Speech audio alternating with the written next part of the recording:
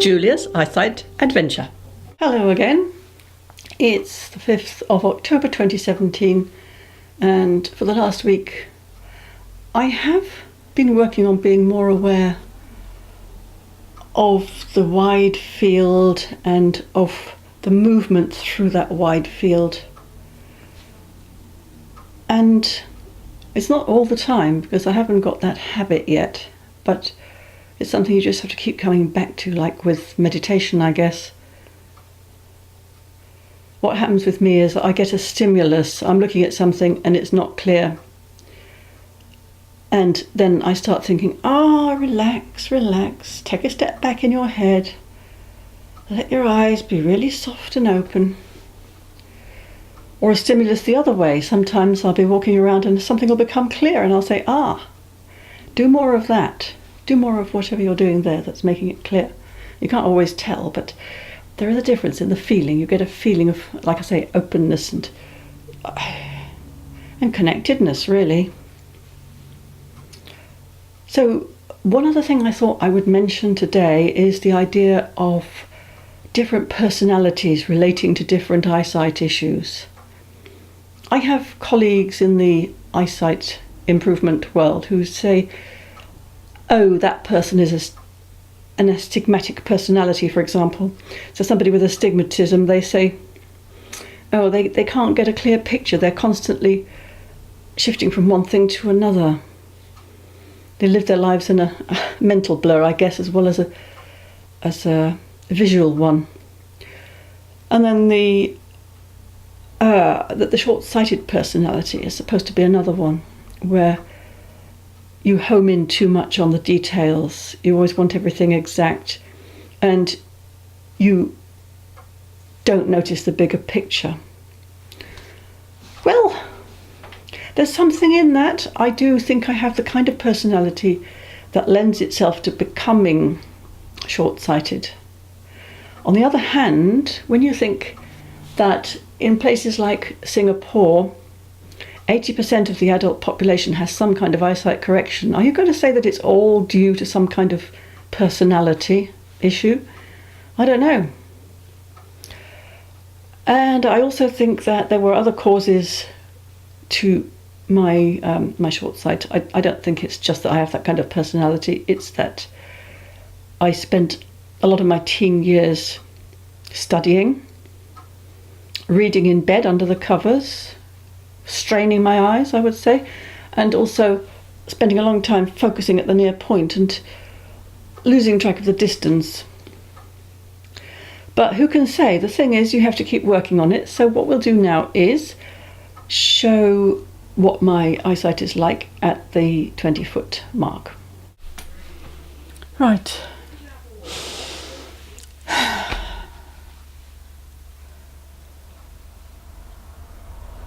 Both eyes I've got shadows. The thing is, when you get shadows, they're probably different for each eye, so that makes it worse, because you've got double the shadow amount. Left eye is all pretty blurry. With the big C, I can see the sort of inner curve is blacker than the rest. The outside edge is quite greyish.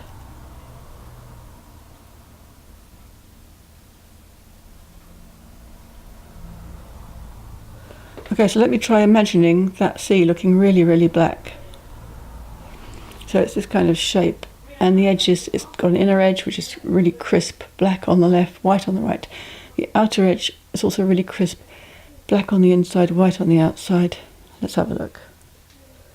Oh, well, for a minute there I had a beautiful black C with shadows around it. So this is the thing about astigmatism, is it varies so much as you're looking at things. I don't know how anybody thinks they can measure it definitively. Okay, now the C is coming into one C, which is fairly black, I would say. And the R and the B. I would say this time I can tell the difference between the T, the F and the P, although they have a shadow. The other thing about astigmatism is you find you get a different effect at different distances. So at one distance you may get a shadow, and at another distance it may disappear.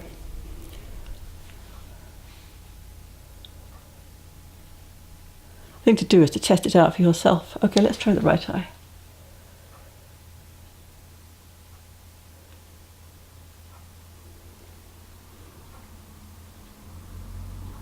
So I don't know if you can see what I'm doing.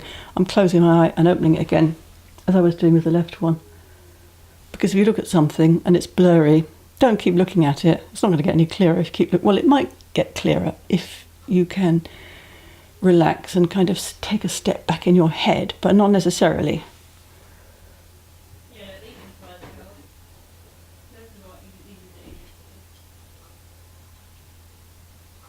So what I'm going to do is I'm going to change the distance at which I look, because variety is really good for eyesight. Varying the distances, not spending too long at one distance.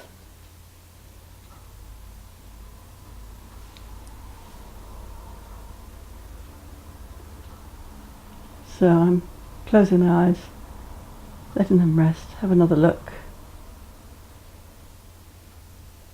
It's changing all the time. I can see 5CGO, but there are shadows or double images. Okay, finally, let's do a couple of swings. Just to let my eyes free up. And have one more look with both eyes. Yeah, it sort of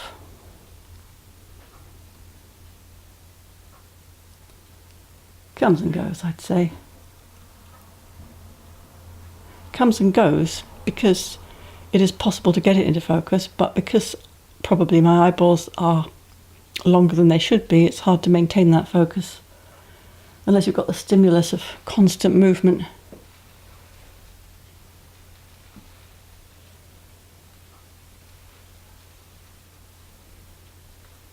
"4K BER, 2VYF PT," and then I think there's a square, a C, a G. So you see, suddenly it got very clear then, but now of course it's gone again. So that's it. See you next week. Bye.